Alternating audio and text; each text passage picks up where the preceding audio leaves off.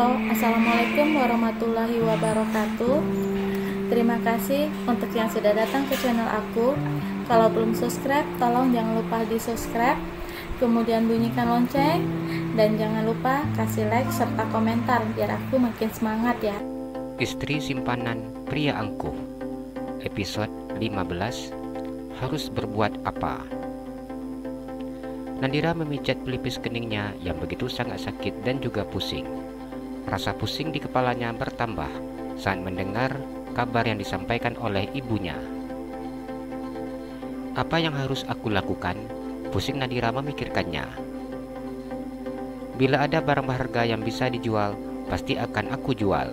Nadira diam kemudian. Aku nggak punya apa-apa. Nadira mengusap air matanya. Tubuhnya yang mungil seakan tidak sanggup mendapat cobaan yang terasa begitu sangat berat. Bagaimana bila aku tidak mendapat uang? Rasa takut begitu dirasakannya ketika membayangkan masalah ayah dan ibunya. Cukup lama Nadira mencari solusi untuk mendapatkan uang yang jumlahnya sangat banyak. Semakin dirinya memikirkan tentang masalah ini, semakin kepalanya terasa begitu pusing. Nadira memijat-mijat pelipis keningnya, berharap rasa pusing dan sakit di kepalanya bisa cepat hilang. Kondisi kepalanya begitu pusing, namun Nadira tetap harus bekerja di toko. Ia tidak ingin kehilangan pekerjaannya. Pekerjaan ini begitu berharga baginya. Dari rumah tempat tinggalnya dengan halte busway tidaklah terlalu jauh. Nadira juga sudah terbiasa berjalan seperti ini. Namun hari ini kepalanya terasa pusing. Nadira berjalan dengan lambat agar dirinya tidak terjatuh dan bisa sampai ke halte bus. Ia duduk di halte sambil menunggu busway yang datang. Ketika busway berhenti di depannya, dengan cepat Nadira berdiri dan sedikit mempercepat langkah kakinya. Karena mereka memang harus cepat bila naik ke atas bus yang memiliki ukuran yang panjang tersebut. Nadira merasa begitu pusing dan juga mual ketika berada di dalam busway. Aroma bau orang-orang yang ada di dalam bus itu membuat perutnya terasa mual di pagi hari. Ia berusaha menahan isi perutnya agar tidak keluar saat ini. Nadira berdiri dengan memegang besi yang ada di atas kepalanya. Hanya satu doanya, agar dirinya bisa sampai ke toko tanpa kendala. Nadira secepatnya keluar dari dalam busway dengan terus menutup mulutnya. Ia tidak ingin mengotori busway tersebut dengan isi perutnya. Begitu turun dari busway, Nadira mengeluarkan isi perutnya yang hanya air saja. Sejak pagi tadi Nadira belum makan apa-apa, terkecuali minum air jahe. Tenggorokannya terasa sakit dan juga panas setelah mengeluarkan apa yang dimakannya. Setelah rasa mualnya hilang, Nadira berjalan dengan perlahan-lahan menuju toko pakaian tempat dia bekerja. Baru datang, tanya Lala yang memandang Nadira. Nadira menganggukkan kepalanya. Kamu sakit? Tanya Lala. Lala memandang wajah pucat milik Nadira. Aku masuk angin, jawab Nadira lemas. Masuk angin? Tanya Lala. Iya, sebenarnya aku sudah sering masuk angin. Hanya saja kali ini masuk anginnya berat, makanya mual sekali, pusing juga. Padahal tadi waktu mau kesini, aku sudah minum air jahe. Nadira menjelaskan dengan memijat pelipis keningnya. Iya sih, kamu kerjanya di tempat terbuka, sehingga kena angin malam. Terus sibuk bersihkan kloset lagi, ucap Lala yang memahami seperti apa pekerjaan yang dilakukan oleh Nadira. Nadira menganggukkan kepalanya. Lah, aku pusing sekali.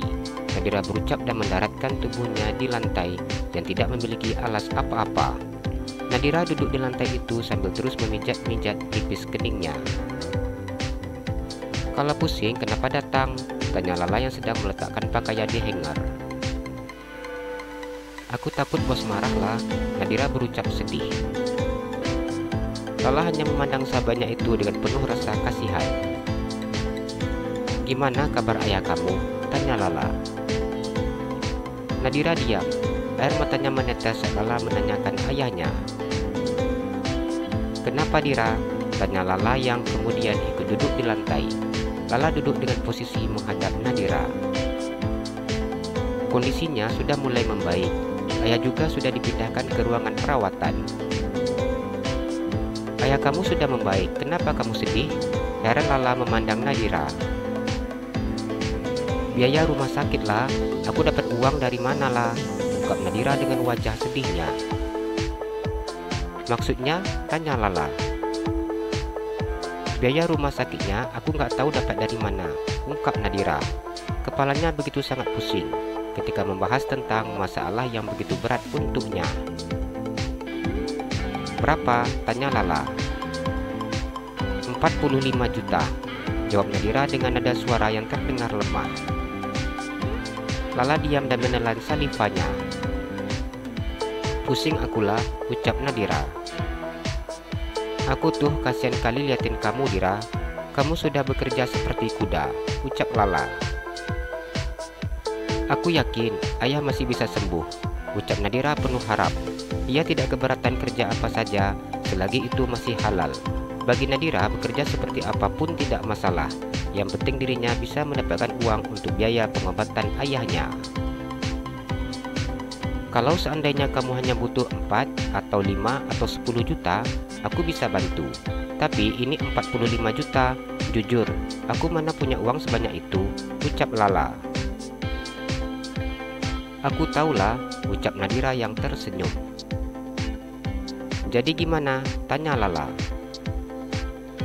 Aku nggak punya apa-apalah, andaikan ada yang bisa dijual akan aku lakukan. Tapi aku enggak punya apa-apa, ungkap Nadira. Ia mengusap air matanya yang menetes. Lala hanya diam ketika mendengar apa yang dikatakan oleh Nadira. Ia juga tidak bisa memberikan solusi apa-apa. La, panggil Nadira. Ada apa? Saut Lala.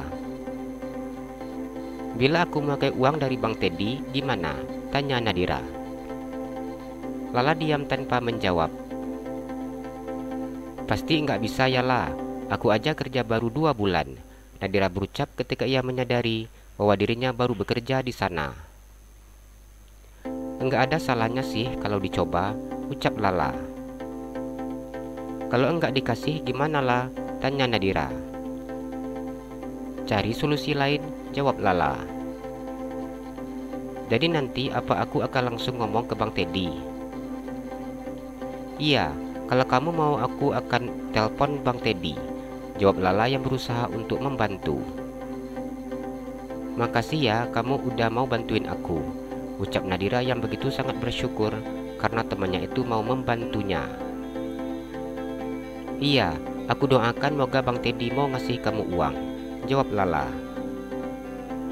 Aku bingung lah, kalau aku enggak dapat uang dari Bang Teddy, aku dapat uang dari mana?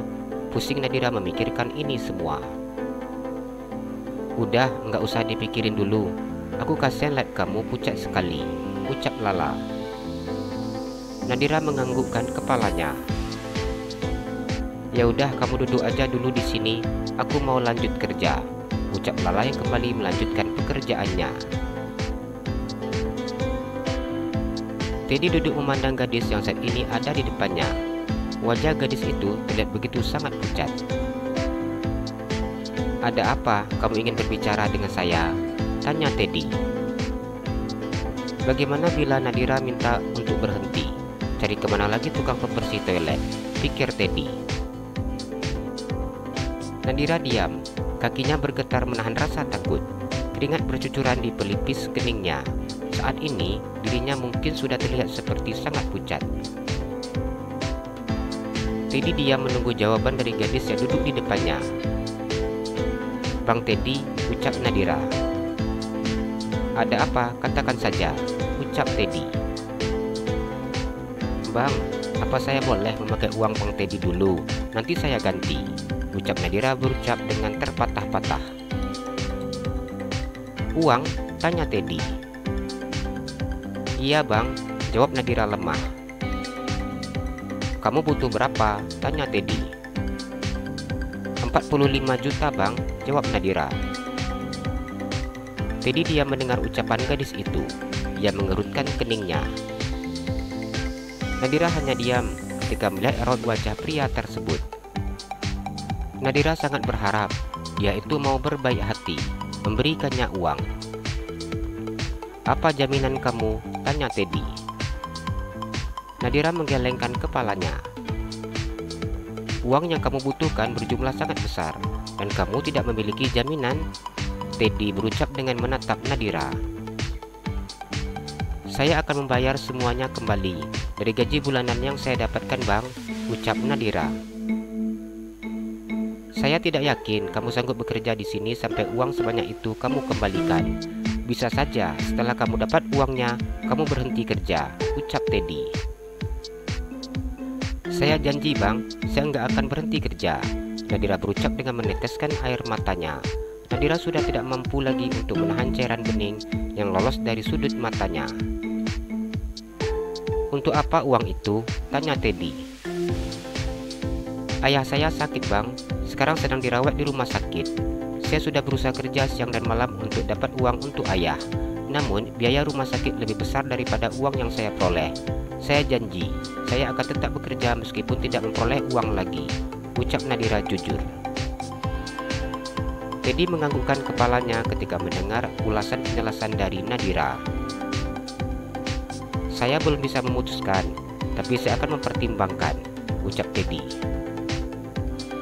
"Iya, Bang, terima kasih. Saya permisi," ucap Nadira yang keluar dari dalam ruangan Teddy. Jalan-jalan ke Pekanbaru, jangan lupa beli sepatu. Kalau kamu suka channel aku, please subscribe aku. Terima kasih.